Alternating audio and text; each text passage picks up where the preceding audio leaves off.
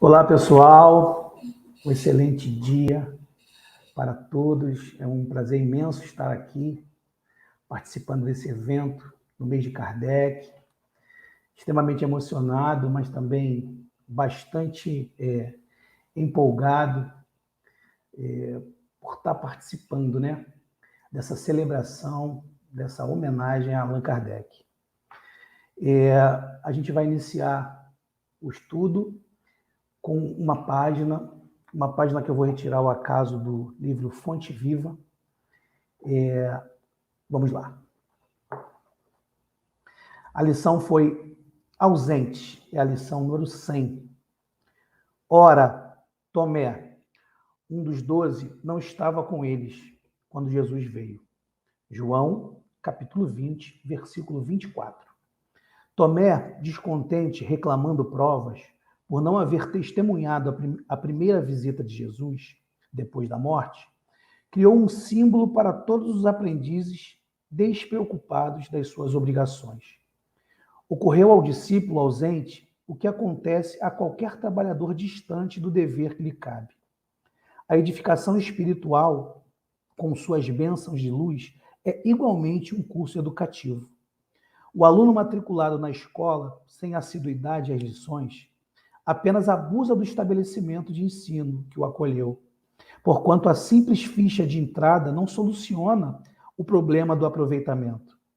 Sem o domínio do alfabeto, não alcançará a silabação. Sem a posse das palavras, jamais chegará à ciência da frase. Prevalece idêntico processo no aprimoramento do espírito. Longe dos pequeninos deveres para com os irmãos mais próximos, como habilitar-se o homem para a recepção da graça divina. Se evita o contato com as obrigações humildes de cada dia, como dilatar os sentimentos para ajustar-se às glórias eternas. Tomé não estava com os amigos quando o mestre veio. Em seguida, formulou reclamações, criando o tipo do aprendiz suspeitoso e exigente. Nos trabalhos espirituais de aperfeiçoamento, a questão é análoga. Matricula-se o companheiro na escola de vida superior. Entretanto, ao invés de consagrar-se ao serviço das lições de cada dia, revela-se apenas mero candidato a vantagens imediatas. Em geral, nunca se encontra ao lado dos demais servidores quando Jesus vem. Logo após, reclama e desespera. A lógica, no entanto, jamais abandona o caminho reto. Quem desejar a bênção divina, trabalhe pela merecer. A aprendiz ausente da aula não pode reclamar benefícios decorrentes da lição. Muito reflexiva essa página, e com ela vamos fazer a nossa oração, a nossa prece, para nos conectarmos ao alto. Querido Mestre Jesus, Pai amado de infinito amor e misericórdia, estamos aqui diante de Ti, diante da espiritualidade, para congregarmos e celebrarmos este estudo, a fim de primeiramente nos refazermos, de refletirmos, de recebermos tais orientações que são tão importantes para o nosso crescimento, para o nosso entendimento e para o prosseguimento da nossa caminhada.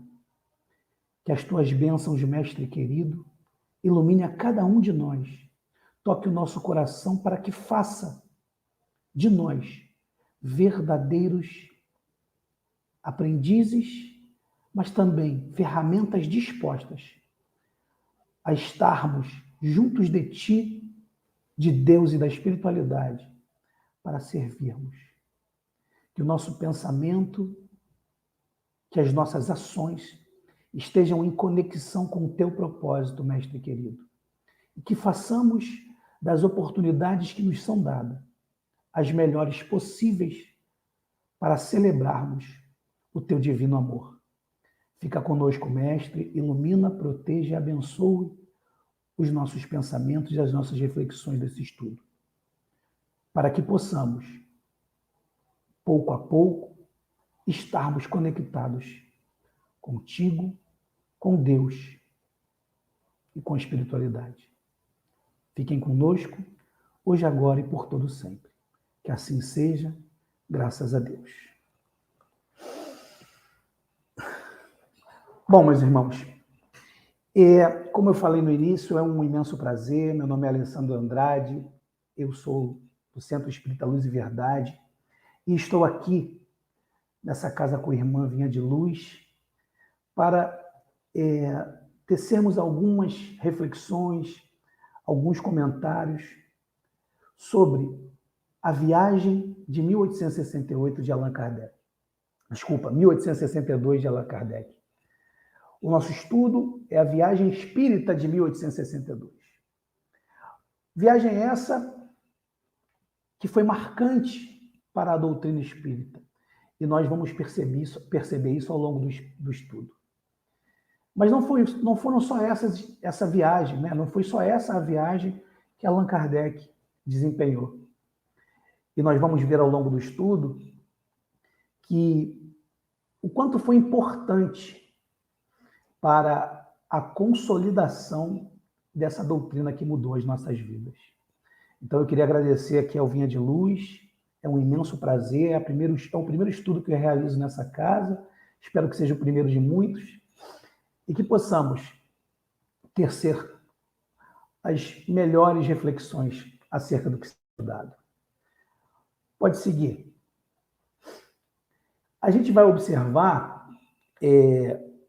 no próximo slide, as viagens que foram realizadas por Kardec. Em 1860, ele vai a Sens, a Mâcon, a Lyon e a Saint-Étienne. Em 61, ele vai novamente a Sens, a Mâcon, a Lyon, a Lira e Bordeaux. De 62 a 64, ele visita Antuérpia e Bruxelas. Em 66, Bordeaux. Em 67, vai a Tours, Orleans e Bordeaux. Perceba que ele vai a mais de um local, né? E mais de uma vez ao mesmo local. Era o propósito, né? Era a ideia de Kardec, a visita a estas localidades na busca de alguns objetivos que a gente vai observar ao longo do estudo. Era necessário.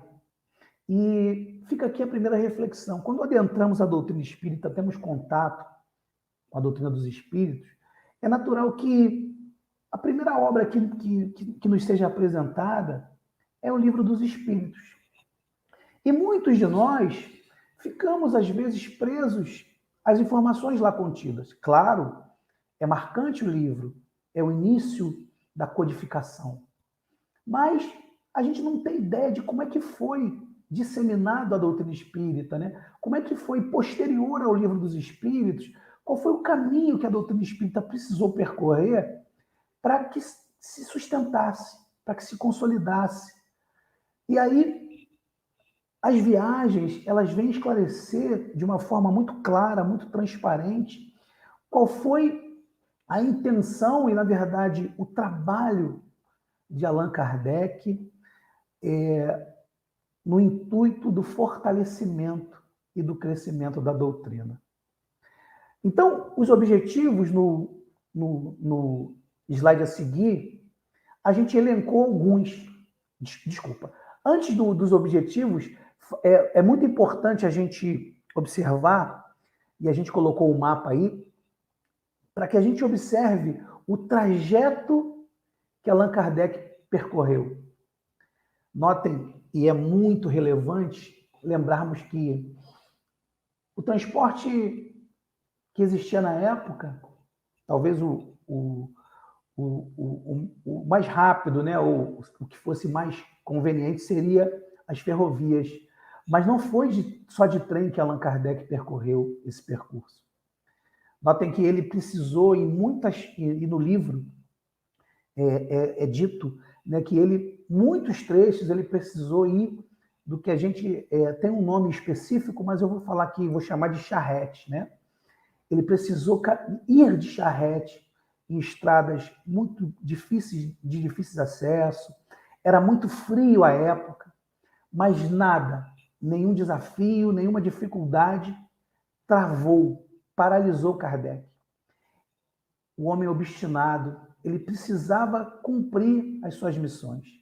E aí vem a primeira reflexão do estudo. Muitos de nós, nos dias de hoje, a gente se depara com desafios de ordem pessoal, às vezes profissionais, e vamos colocando uma série de dificuldades para ficarmos entre realizarmos o trabalho e não realizarmos o trabalho. Reclamamos, às vezes deixamos de ir à nossa casa espírita ou realizar um trabalho porque está chovendo, porque está sol, porque está calor, porque está frio, porque estamos cansados, porque estamos com dor. Olhando esse mapa, pensando na dificuldade que era no século XIX de locomoção, nos sentimos até, de certa forma, envergonhados. Porque o verdadeiro missionário, o verdadeiro espírita, que de fato se compromete com a doutrina, ele não pode, nós não podemos nos abater pelas dificuldades, porque elas vão existir invariavelmente. Percebam, hoje não temos nenhuma dificuldade de deslocamento. Hoje contamos com os nossos próprios carros, com ônibus, com van, com Uber, com trem, com metrô, enfim. Nós hoje contamos com a internet. Então nada nos trava. A única coisa que nos trava é a nossa pequenez. Compreendemos que ainda somos espíritos num processo difícil de evolução. Ainda nos conectamos com questões que nos desestabilizam e desestabilizam o nosso propósito. Mas a mensagem que olhamos e pegamos e retiramos deste mapa é a perseverança.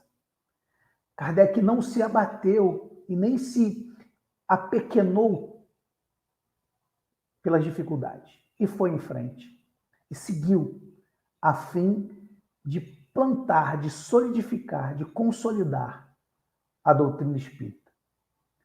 Pode seguir. Então, nós chegamos aos objetivos. O porquê das viagens? São inúmeros os objetivos. E aqui vale ressaltar o seguinte.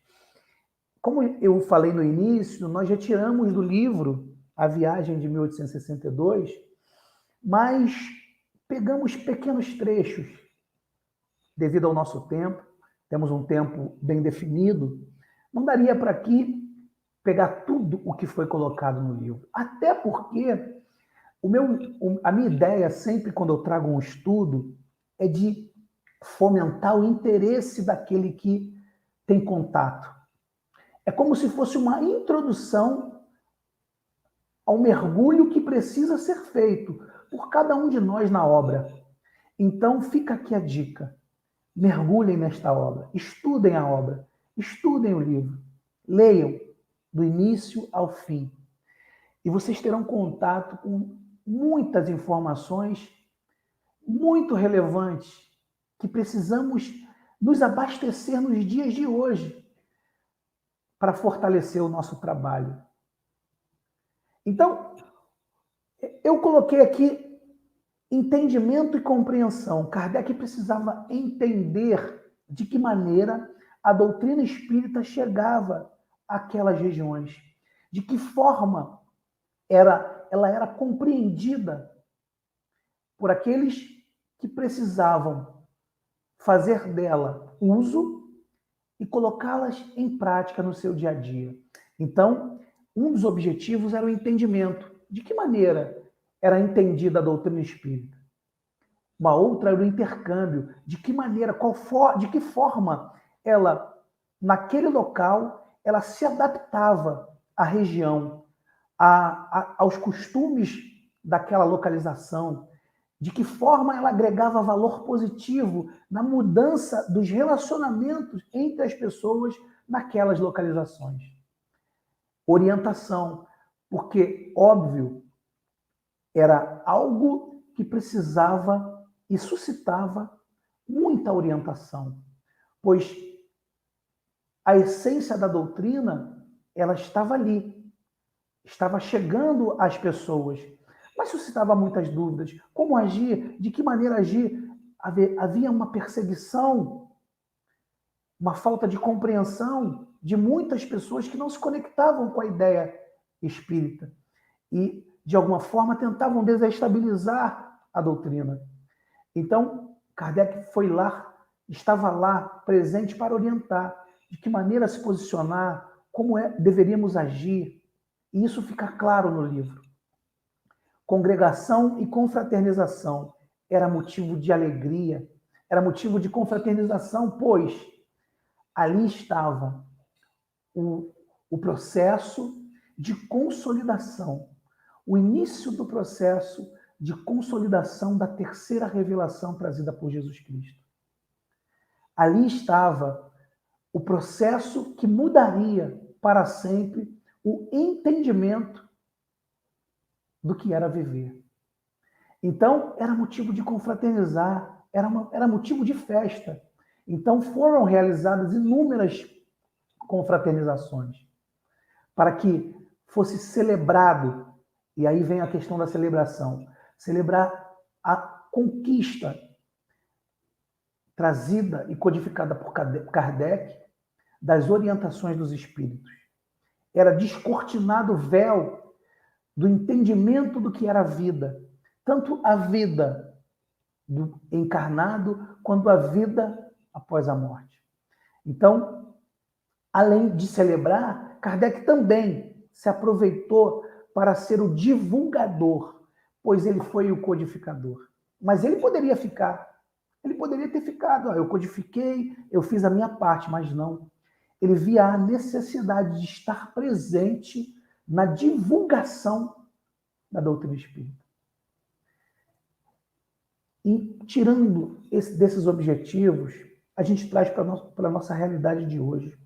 Nós que estamos à frente das casas espíritas, do movimento espírita, seja ele através dos grupos de estudo, das evangelizações, tanto da infância quanto da mocidade,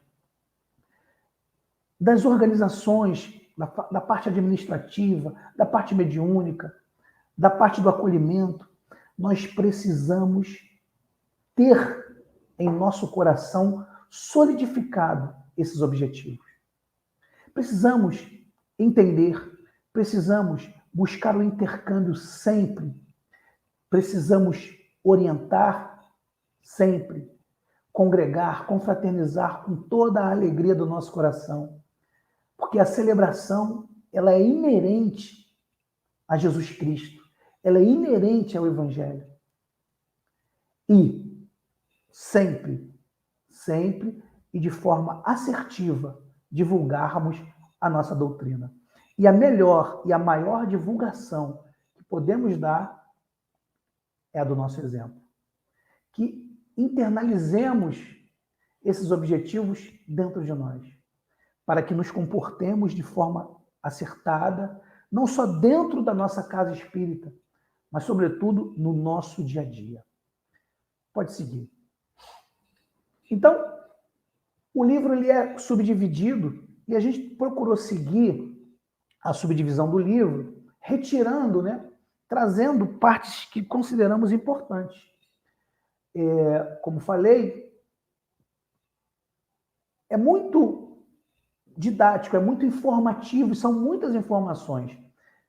Então, nós entendemos que, resumidamente, as informações que retiramos fazem com que a gente reflita, nos dias de hoje, as informações dessa viagem. Porque essa viagem, ela precisa ser entendida de forma clara e transparente que ela continua. Estamos aqui celebrando Kardec, mas essa viagem precisa continuar. Ela tem que ter continuidade no nosso coração. Então, vamos lá. O primeiro resultado que pudemos constatar foi o imenso progresso das crenças espíritas. O único fato poderá nos dar uma ideia disto, Kardec fala. Quando de nossa primeira viagem a Lyon, em 60, ali havia no máximo algumas centenas de adeptos. No ano seguinte, já existiam 5 a 6 mil, tornando-se impossível saber o seu número agora. Pode-se, no entanto, e sem nenhum exagero, avaliá-los entre 20, 25 e 30 mil. No ano passado, não chegavam a 1.000 em Bordeaux, número que decuplicou no espaço de um ano. Este é um fato comprovado que ninguém pode negar. Ou seja, Kardec constata o crescimento, ano após ano, dos adeptos, dos simpatizantes, daqueles que eram tocados pela doutrina espírita, daqueles que, sendo tocados, transformariam suas vidas e a vida daquela população. Sigamos. Continuando, é preciso admitir, todavia, que essa marcha ascendente está longe de ser uniforme. Se há regiões onde as ideias espíritas parecem germinar à medida que são semeadas, outras onde penetram mais dificilmente, em virtude de causas locais ligadas ao caráter de seus habitantes e, sobretudo, à natureza de suas ocupações. É natural que através do intercâmbio, Kardec percebesse que, embora crescesse de forma relevante, o crescimento ele não se dava uniforme. E é óbvio, né? Porque as localidades elas eram preenchidas com pessoas dos seus diversos tipos, com espíritos de diversos momentos espirituais. Então, era natural que um crescimento fosse maior em um determinado local e menor em outro determinado local. Era natural isso. Mas o fato concreto é que, ainda assim, o crescimento era notado. Sigamos. Um outro sinal característico dessa época é o número incalculável de adeptos que nada viram e que nem por isso deixam de ser menos fervorosos, simplesmente porque leram e compreenderam. Isso é tão interessante porque esse é o propósito da doutrina espírita. Ainda que o início seja muito mais visual do que intelectual ou de internalização, mas à medida que é codificada por Kardec, a essência da terceira revelação era o entendimento, era a percepção de quanto aquilo que era trazido para conhecimento modificaria o seu interior, o interior de cada pessoa que tivesse conexão e contato com a doutrina. E Kardec observa uma característica muito relevante nesse aspecto. E segue. Ao lado dos espíritas simplesmente crédulos ou simpáticos à ideia, há os espíritas de coração, e nos sentimos felizes por haver deparado com muitos deles. Vimos transformações que se poderiam dizer miraculosas. Recolhemos exemplos admiráveis de zelo, abnegação e devotamento. Numerosas demonstrações de caridade verdadeiramente evangélica que, com justa razão, poderíamos chamar belos traços do Espiritismo. Pois é, meus irmãos, é notório que essa é a essência. E essa é a essência que nós precisamos internalizar. É óbvio que a intelectualidade, o entendimento, o estudo doutrinário, ele é fundamental. Eu diria sine qua non. Mas de nada vai adiantar se todo esse estudo ele não invada o nosso coração, o nosso sentir, a nossa visão evangélica. Porque o Espiritismo ele só será a bússola, ele só será a lanterna que vai iluminar a obscuridade do nosso caminho se ele tiver internalizado em nós. Então, é fundamental que tenhamos isso em mente, porque isso tocou Kardec na viagem. O Evangelho de Jesus, ele precisa estar conectado com a doutrina e ser passado através da doutrina com amor, com abnegação, com zelo, com perseverança, com entendimento e com acolhimento a quem quer que seja. Nós vamos mais à frente observar, daqui a pouco, que existem alguns tipos. Kardec vai identificar isso, e a gente, em um slide mais à frente, a gente vai estudar tipos de espíritas. E ele identifica naquele momento e a gente identifica hoje. Então, que tenhamos isso dentro de nós. Coloquemos o amor à doutrina, ao Evangelho do Cristo, acima do conhecimento apenas. Conhecimento é fundamental e eu já disse sine qua non, mas ele tem que estar conectado, alinhado com todo o amor que nós temos, com toda a dedicação, abnegação, entendimento que possamos dar ao nosso próximo. Vamos seguindo. Ainda em impressões gerais, Kardec fala: é notável que as crianças educadas nos princípios espíritas desenvolvem um raciocínio precoce que as torna infinitamente mais fáceis de governar. Vimos muitas delas de todas as idades, de ambos os sexos, nas diversas famílias espíritas em que fomos recebidos, onde pudemos constatar o fato pessoalmente. E aí, meus irmãos, o que Kardec está falando? Ele está falando com clareza da evangelização à luz da doutrina espírita. Então, eu, como evangelizador, como estudioso da doutrina, eu não vejo, não consigo compreender e conceber que as nossas casas espíritas não trabalhem com todo o afinco a evangelização. É fundamental, é importante, é muito, muito, muito importante que cada participante das reuniões públicas que sejam responsáveis de crianças sejam apresentadas à evangelização. É fundamental o processo da evangelização na solidez, na consolidação do entendimento doutrinário.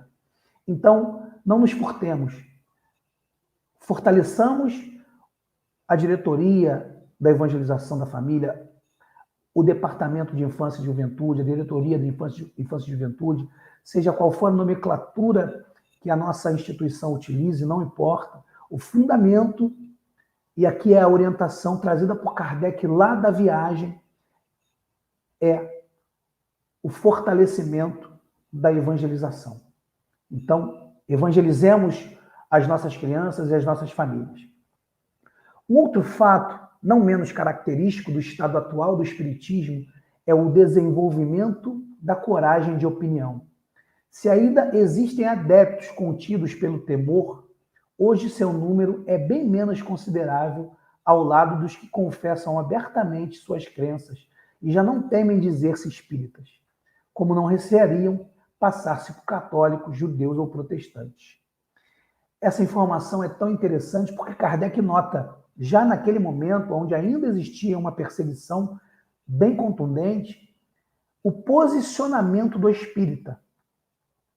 Posicionamento esse que nós também precisamos fortalecer.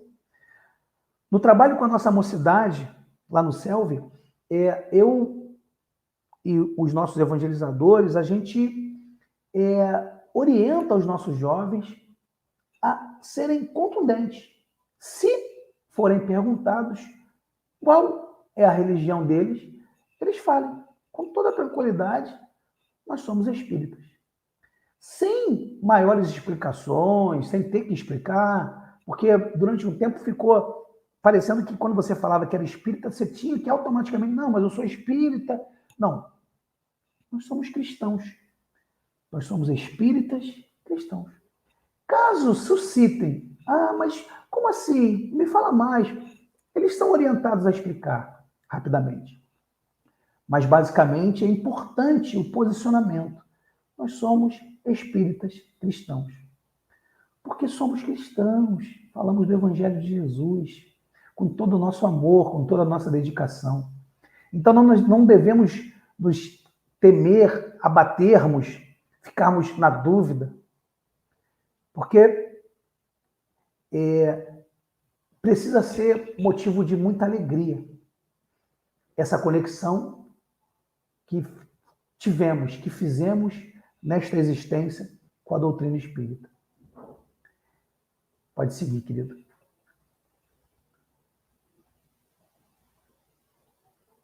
Sob vários pontos de vista, nossa viagem foi muito satisfatória e, sobretudo, muito instrutiva pelas observações que recolhemos.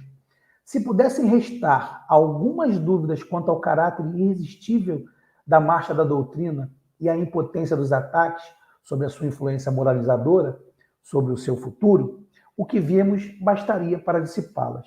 Kardec aqui fala que as viagens serviram para ele perceber que não tinha mais jeito, que a consolidação já estava a pleno vapor, que não adiantava mais nada para tentar desestabilizar, para tentar parar, para tentar combater aquilo que viria para fortalecer e modificar a vida da humanidade.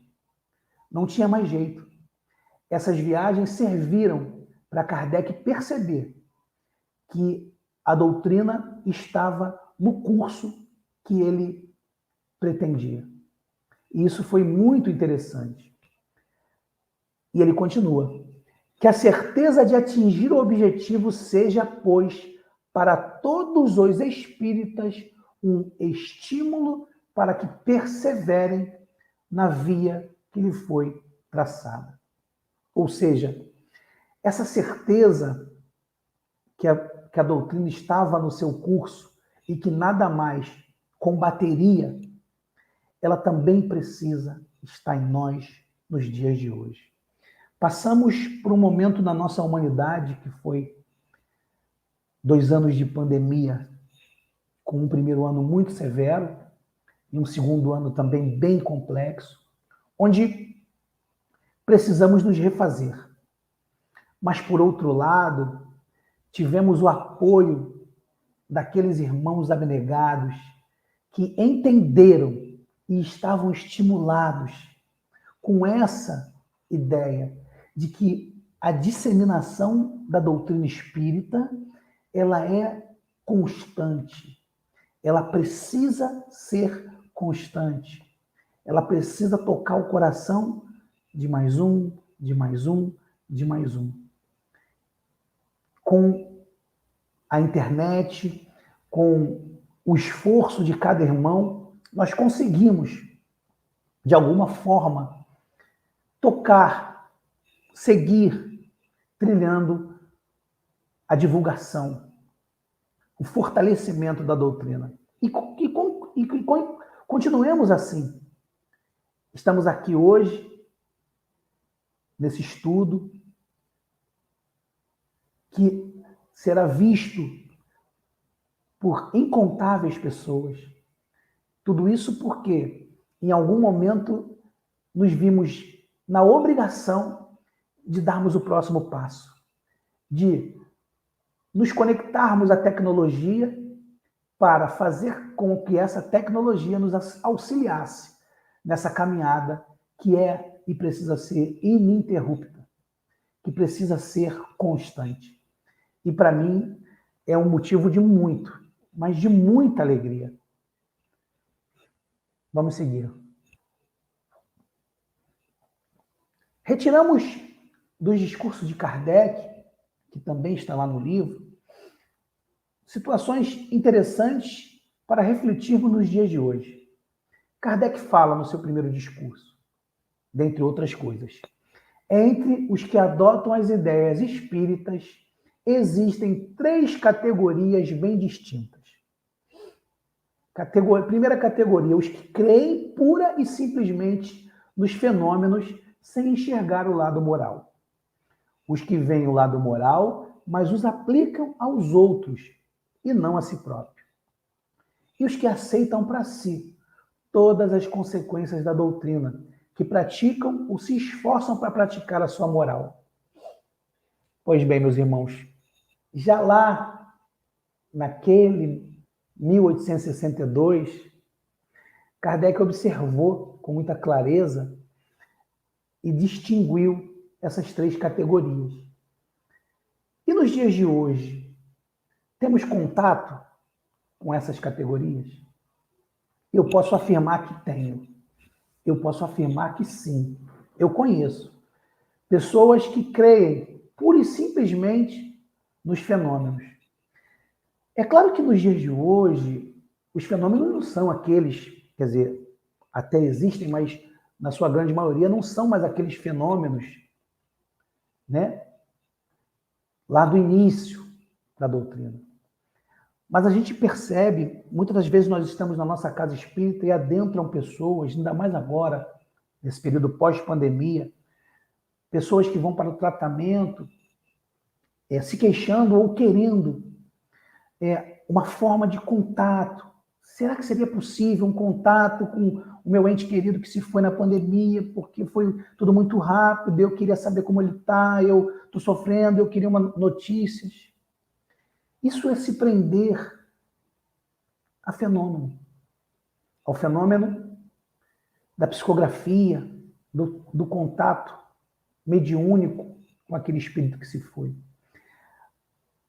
A gente tem reuniões, e quando as reuniões, a gente tem contato daquelas reuniões que são voltadas à psicografia, que vão receber mensagens, essas reuniões tendem a ser muito procuradas. Os centros ficam muito cheios, porque ainda existem muitas pessoas, muitos irmãos, que estão muito presos a essas questões da mediunidade, por exemplo. E esses se caracterizariam nesse primeiro grupo. Também conhecemos aqueles que até já entendem a moral proposta da doutrina. Entretanto, quando estão no estudo, por exemplo, a mensagem que o palestrante está dando sempre, se meu esposo estivesse aqui, se a minha esposa estivesse aqui, se meu filho precisava ouvir, o meu vizinho, isso era para o meu vizinho, ele tinha que estar aqui. Nunca é para aquele que está ali ouvindo. Eu conheço pessoas assim. Mas eu também conheço aquelas que verdadeiramente internalizam, que aceitam para si todas as consequências da doutrina, que praticam, ou pelo menos se esforçam verdadeiramente em praticar a moral contida na doutrina. Eu conheço. Mas o que precisamos refletir, o que precisamos retirar dessa informação? Na realidade, o que nós precisamos é perceber com total sinceridade em que grupo nós estamos. Isso faz parte de um processo. Estar em um desses 3 grupos faz parte do processo de crescimento, de evolução espiritual. Precisamos lembrar que estamos na nossa melhor encarnação, pois encontramos a doutrina dos espíritos para ser a nossa bússola renovadora. Através do conhecimento doutrinário,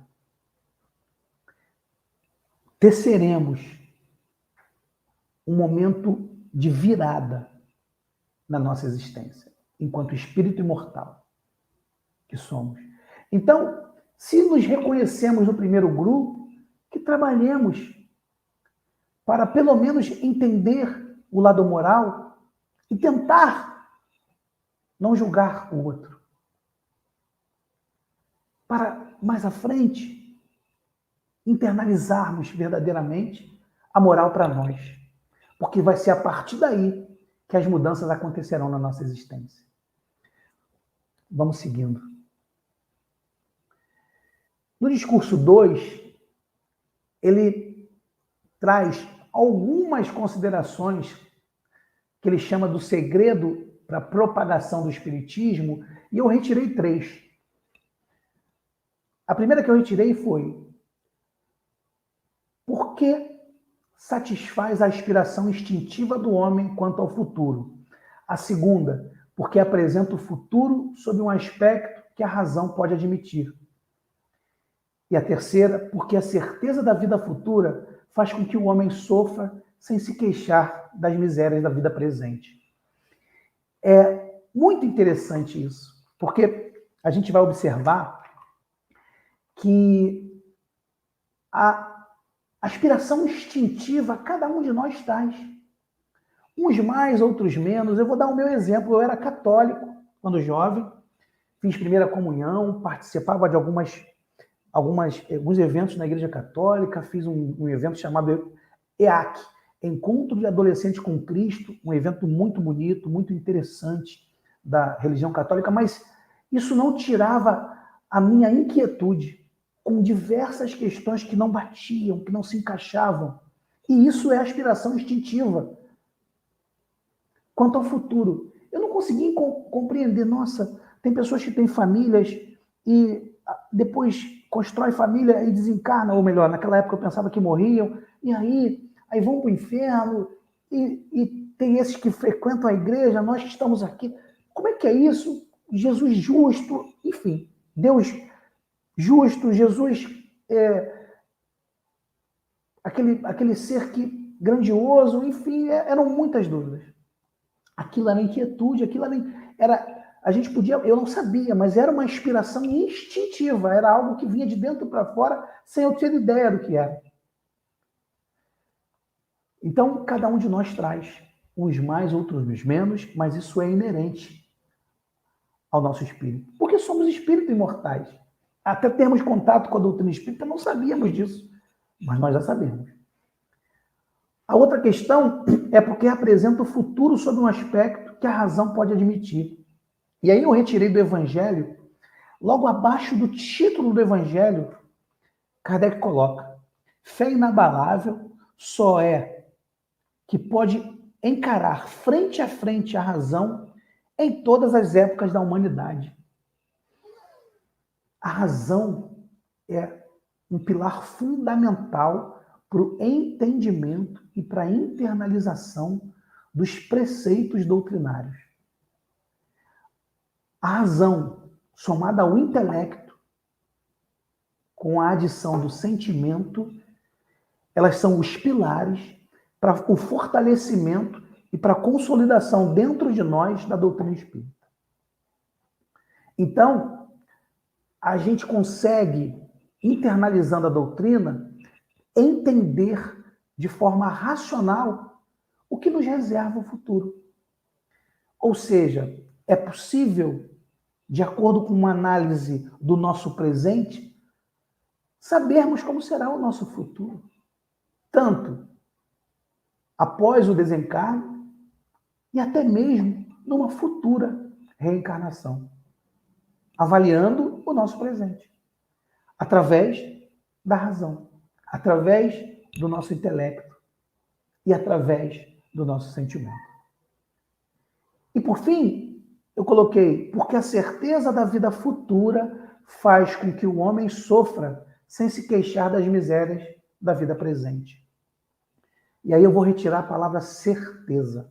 Sim, já é necessário percebermos que a vida futura é uma certeza trazida pela doutrina espírita.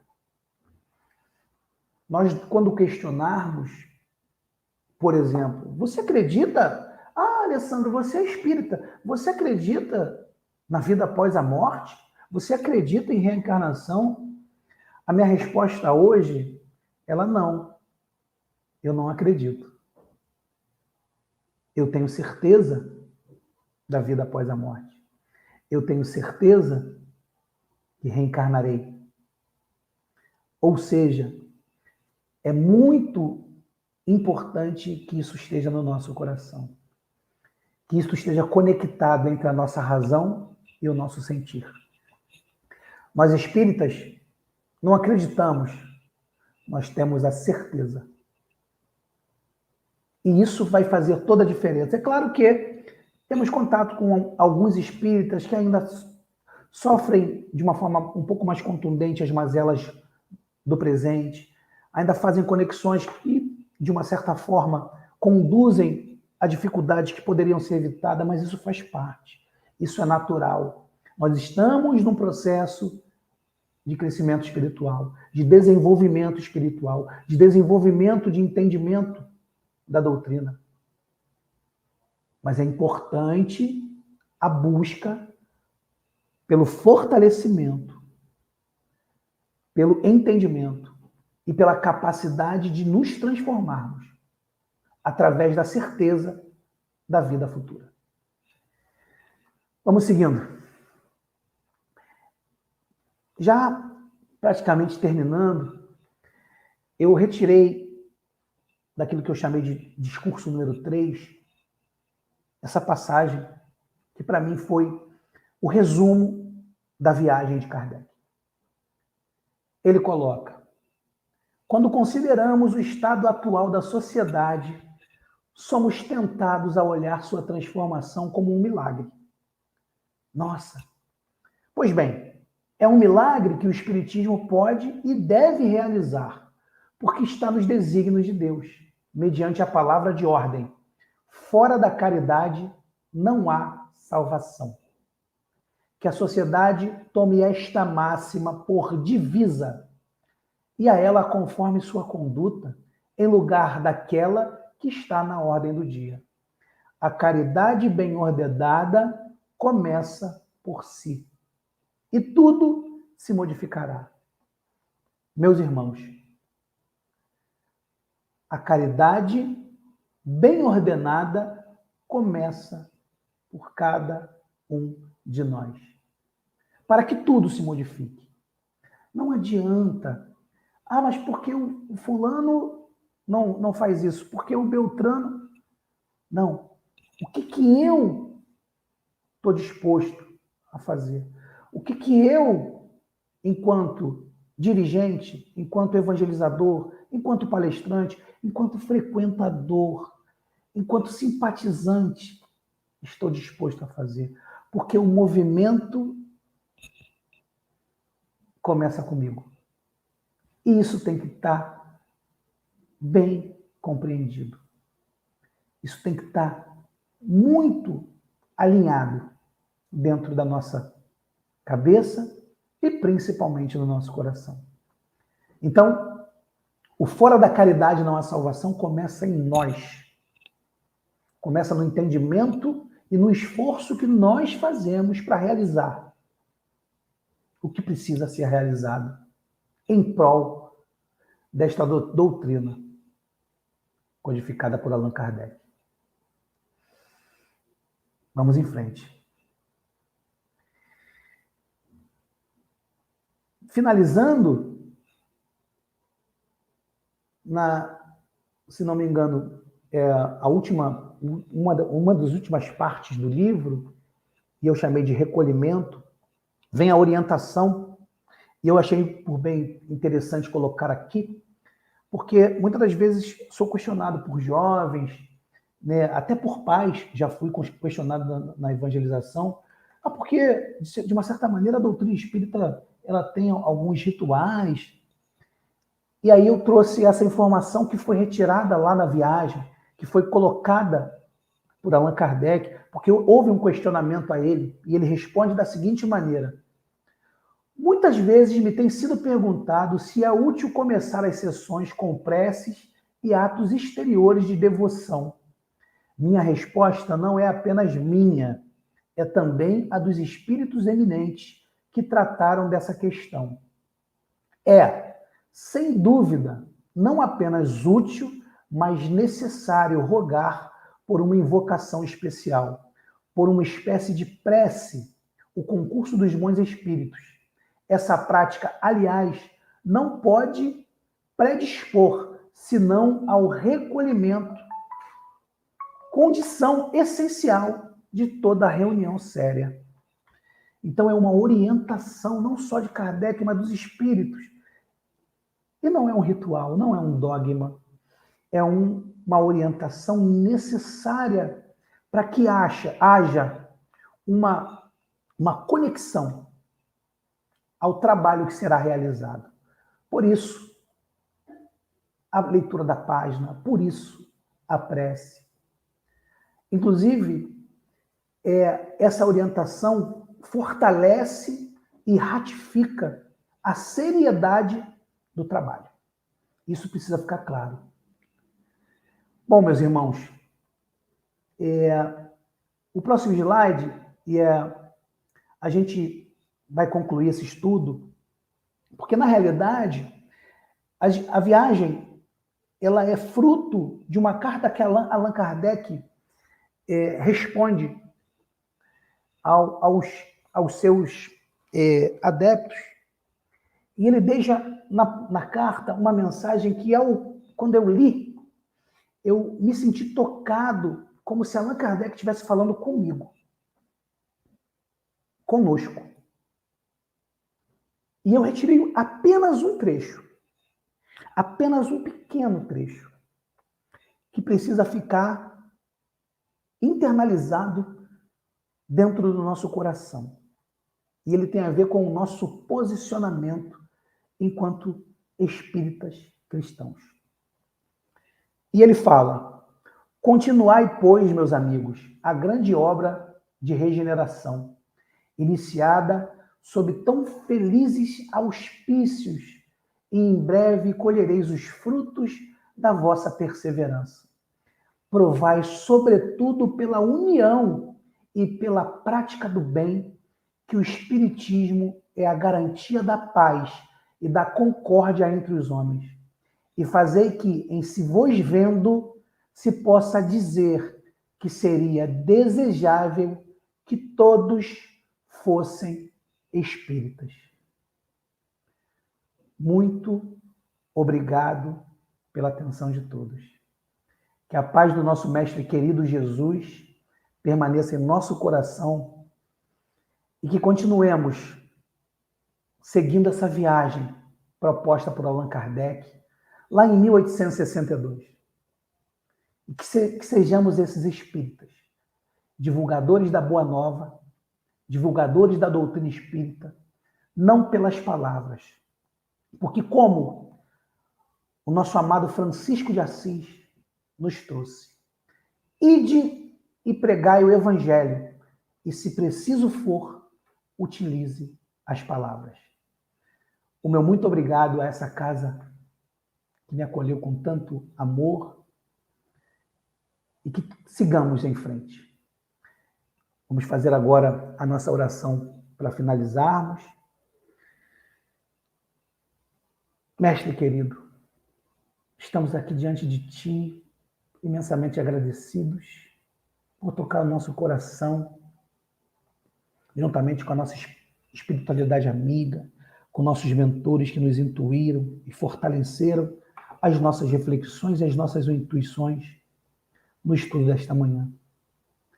Que sejamos nós a ferramenta necessária para colocar o amor, tocar o coração de cada um que tenha contato conosco.